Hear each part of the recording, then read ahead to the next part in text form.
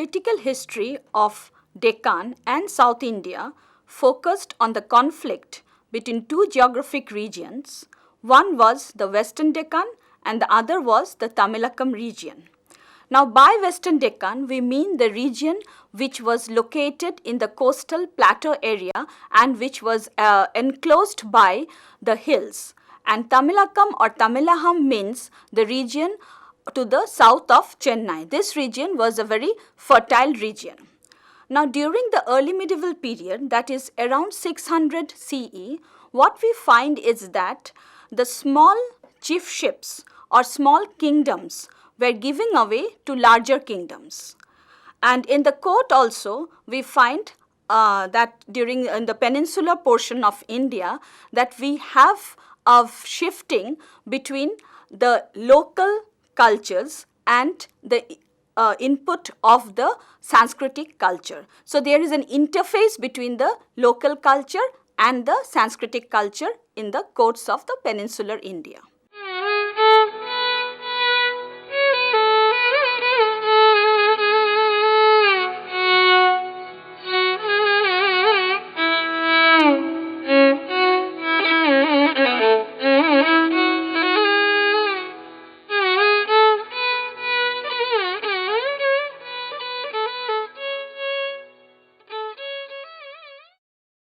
Now, when we look at the political history or the political formation of the region, we find that it is marked by conflicts between mainly two ruling houses. One was the Chalukyas of Badami or Batapi, which is nearer to Bijapur area in North Karnataka, and the other is the Pallavas of Tamil Nadu. They were actually located in the Tondai Mandalam area.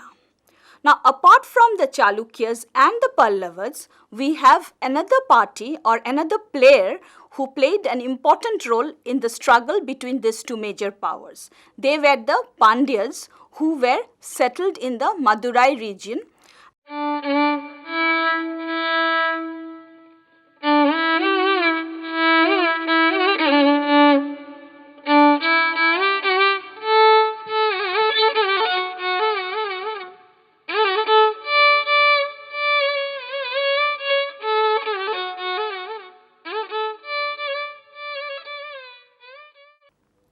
As regards the Chalukyas, the main seat of power was Batapi or Badami, and they also had access to the adjacent regions of Aihole and moved in the northern part of the Karnataka and also to the areas where the Vakatakas were ruling during the earlier part.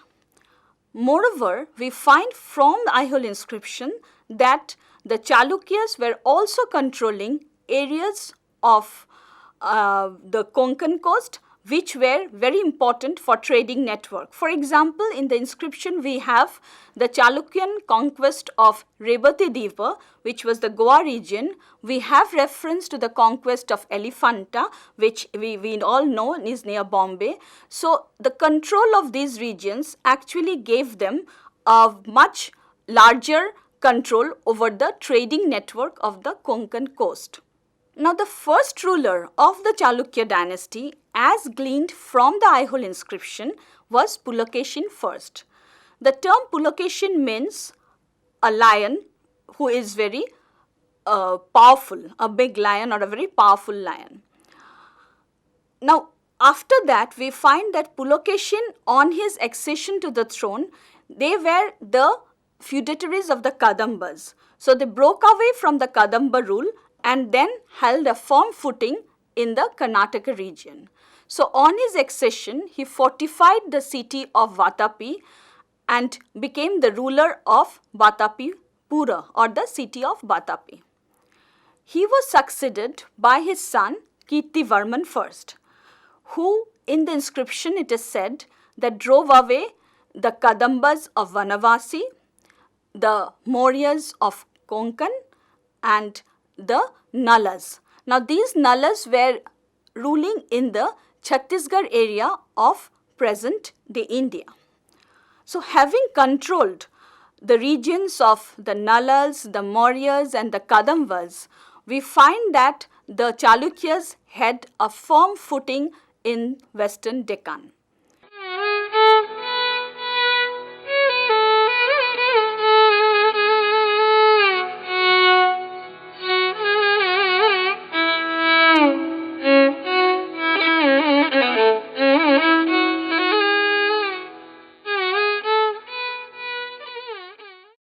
Now, Kirtivarman was succeeded for a brief period by his brother Mangalesha because his son Pulakeshin was a minor, and later on Pulakeshin had to fight his way to get the throne of the Chalukyas. He had to fight with his uncle Mangalesha. Now, on his accession to the throne, Pulakeshin II embarked on a series of conquests. And within this series of conquests, the first and the primary importance was those of the encounters with the Pallavas. Now, from the inscriptions, we learn that Pulakeshin II, immediately after his accession to the throne and after his conquest of eastern Deccan, he established two viceregal houses of the Chalukyas. One was in southern Gujarat and the other was in the Vengi region, present-day Andhra Pradesh region. So, we have the latter Chalukyas, that is latter was the country of Gujarat, and we have the eastern Chalukyas of Vengi. The fact remains that after establishing a viceregal house in the Andhra region, Pulakeshin further wanted to go downwards into the southern region. And from the inscription, we learn that he defeated the Vishnukundins who were ruling at that time in the Andhra region, and the Vishnukundins actually succumbed to his power.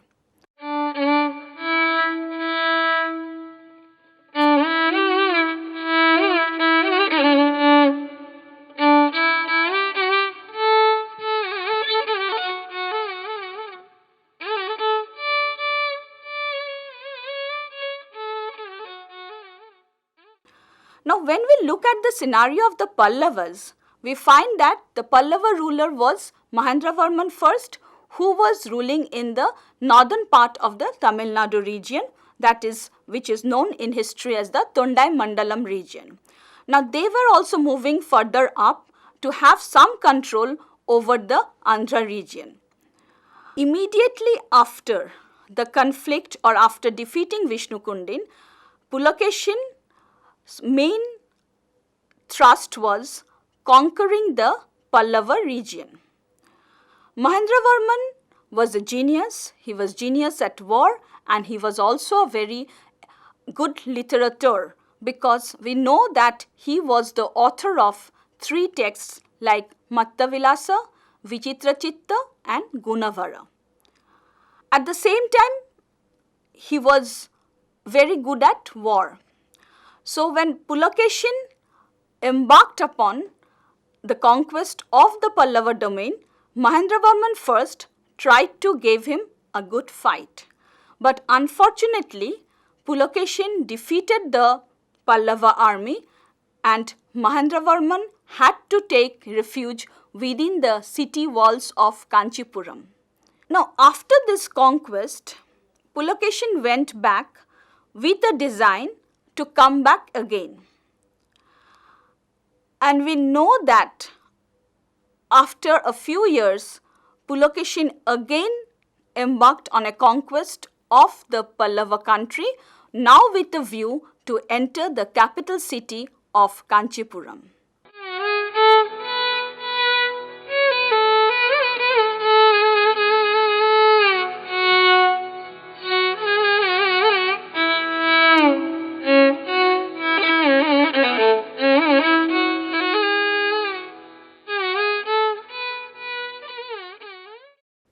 In the meantime, Mahendravarman had expired.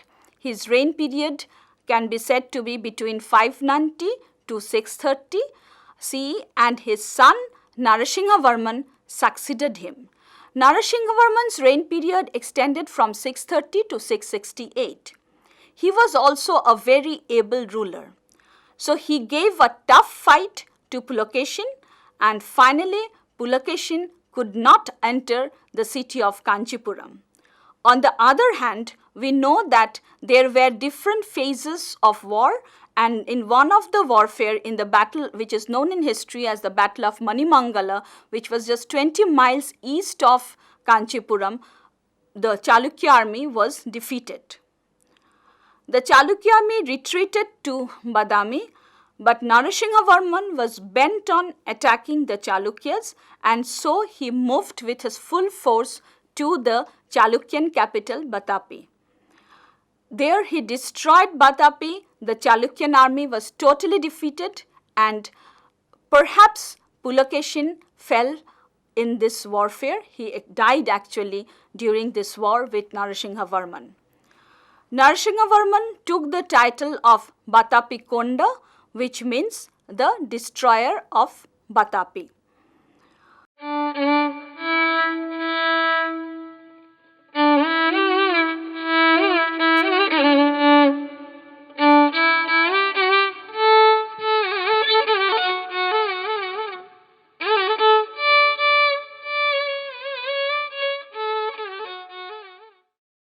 After the death of Pulakeshin, the Chalukya kingdom faced a challenge because immediately after his death, the feudatories declared themselves independent, and there was also vying for power among the sons of Pulakeshin II. But finally, one of Pulakeshin's son, Vikramaditya, he, with the help of his grandfather, the Ganga King Durvinita, could sit on the throne. He was very successful in contending the feudatories. They were all diminished, and he also could successfully take care of his brothers who were vying for this throne. Thus, the Pallava ruler Narasimhavarman had to leave the Chalukya country on the accession of Vikramaditya, and the Chalukya domain remained united. During this conflict, or during the years of this conflict, we see that one of the brothers of Vikramaditya, Jayasimhavarman, he helped him throughout with much of armies and support. Now, Vikramaditya rewarded him by giving him the viceroyalty of the latter region. So Jayasimhavarman was now placed on the throne of southern Gujarat, and that frontier was secured for Vikramaditya. He now turned his focus towards the Pallavas. He could not forget the defeat that was inflicted upon by Narasimhavarman on his father and the capture of Vatapipura by him, and therefore he embarked on a war along with his grandfather, the Ganga king Durvinita. Here we have to remember that in the political scenario, these feudatories played a very important role, and we see that sometimes they supported the king who was their own ruler, or sometimes they went against that king and supported the other ruler. So their role cannot be undermined when we study the political history of the peninsula. Another dynasty which played a serious role was the Pandyas. Now the Pandyas were natural ally of the Chalukyas, because if you look at the territory of the Pandyas, they were ruling in the southern part of Tamil Nadu.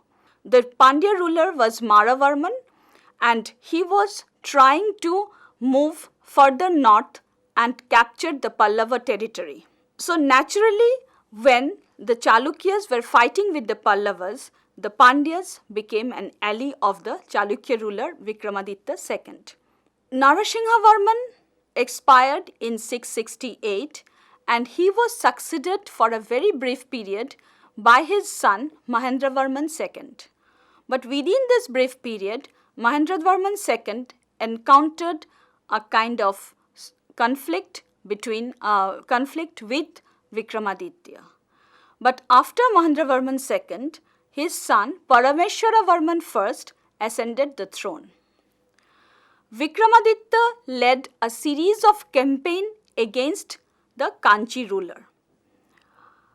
It was practically with the help of Durvinita, the Ganga ruler, as mentioned earlier, he could lay siege on the capital of the Pallava domain. Parameshwaravarman fled away and he was resting in exile in a neighboring place, and there he actually gathered army, he raised army from around the feudatories and the military persons who were settled in the hills around, and therefore with a strong army Parameshwaravarman attacked the Chalukyas.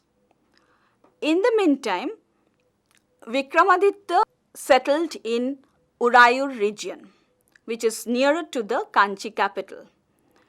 Parameshwaravarman laid siege on Urayur.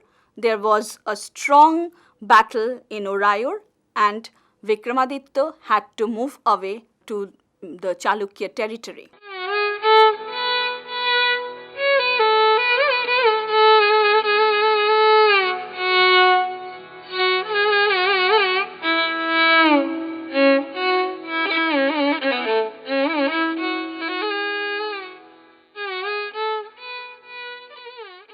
Vikramaditya was succeeded by Vinayaditya, and during his rule, we do not have any information regarding the conflict.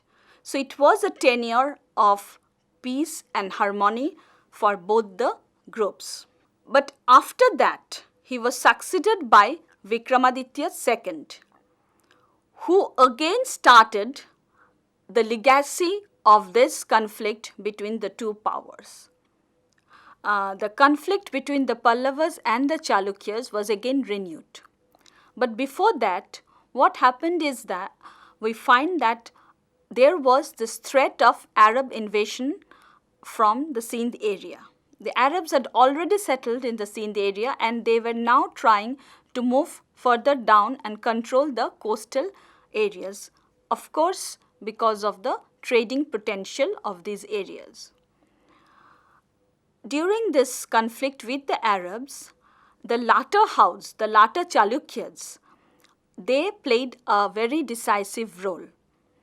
We find that the ruler of the latter Chalukya house, Pulokeshin, defeated the Arabs and therefore secured the condition of the mainland Chalukya house. Vikramaditya became very happy and he conferred on Pulokeshin the title Avani Janasraya, which means the refuge of the world. He then ventured upon, along with the prince of the Ganga family, Eriyappa, and the grandfather, Durvinata, to the Pallava territory. The Pallava ruler at that time was also Parameshwaravarman, whom we have encountered earlier. Parameshwaravarman thought that he could give a strong fight to the Chalukyas, but unfortunately he could not stand the battle and he was killed by the Ganga king Sri Purusha in a battle in Viland near the Kanchipuram.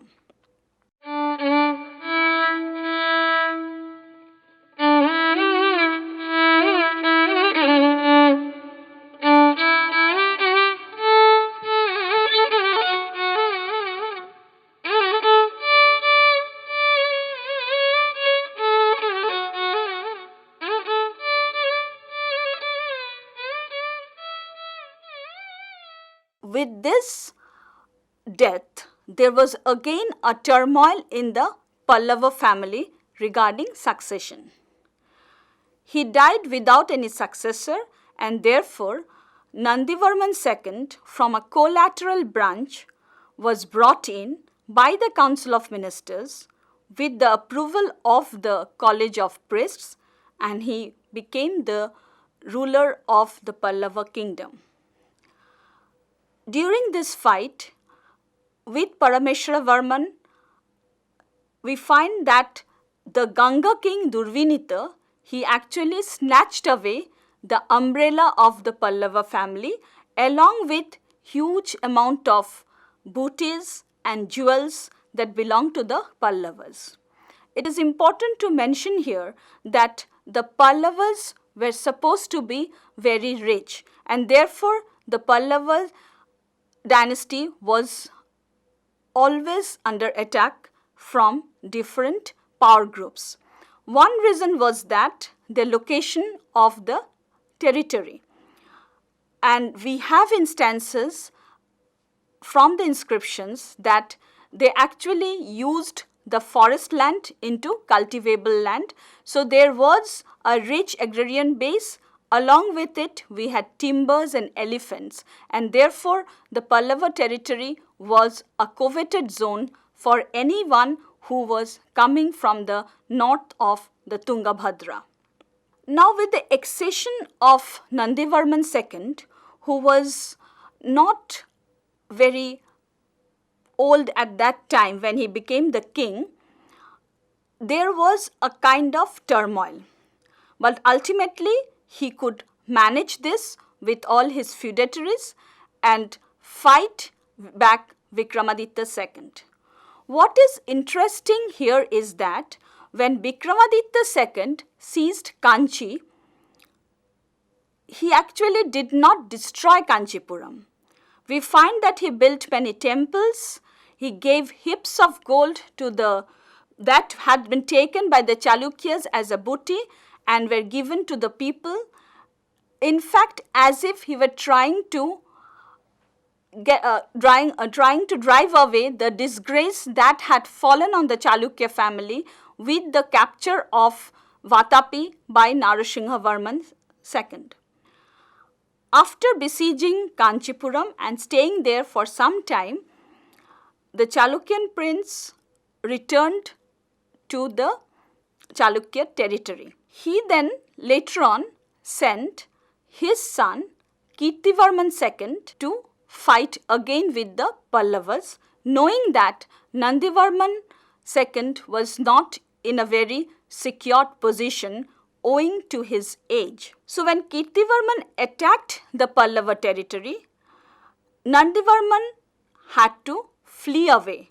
But later on, with the help of Udaya Chandra, who was a feudatory of Nandivarman and who always fought from the Pallava side, he defeated Durvinita, the Ganga ruler, and took back the jewel which was there in the necklace of the Pallava dynasty. It was a very famous necklace, and the gem was known as Ugradaya.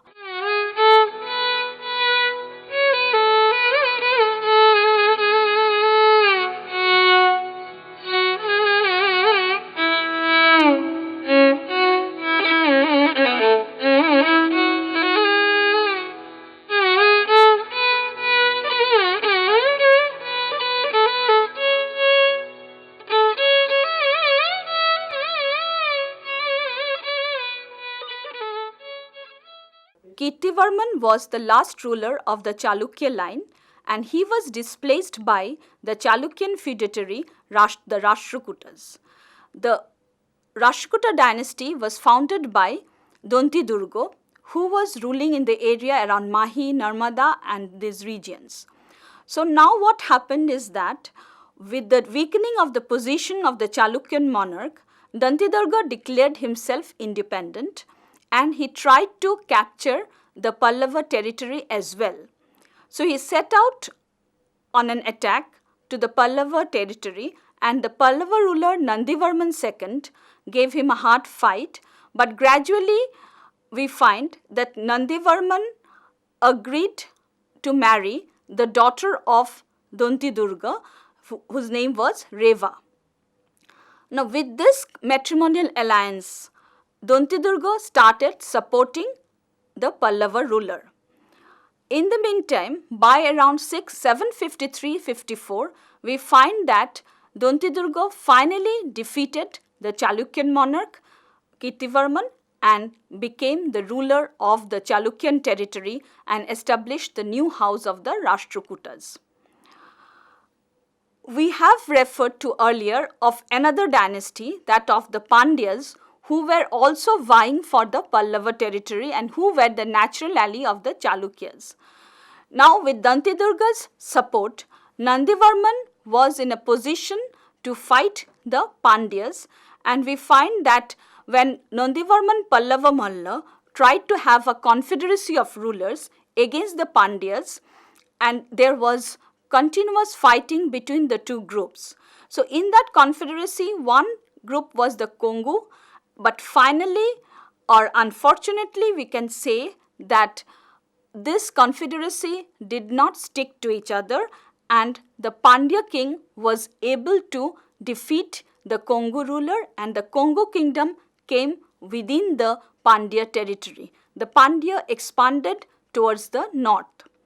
Unfortunately, the Chalukyas quitted 100 years earlier. The Pallavas could stay back for another 100 years, and finally the Pallava ruler was defeated by Aditya first, the Chola ruler, and the entire Pallava kingdom came within the Chola territory. In conclusion, we may say that there was a set pattern of the rivalry between basically the two houses, and the pattern was that the powers were always trying to control the rivers and to control the Raichur Doab region, which was actually the rice bowl of the region. When we look at the history of this peninsula and far south, we find that even after the Chalukya Pallava rivalry, the river Tungabhadra continued to be a boundary for the powers to the north of the Tungabhadra and the powers to the south of the Tungabhadra.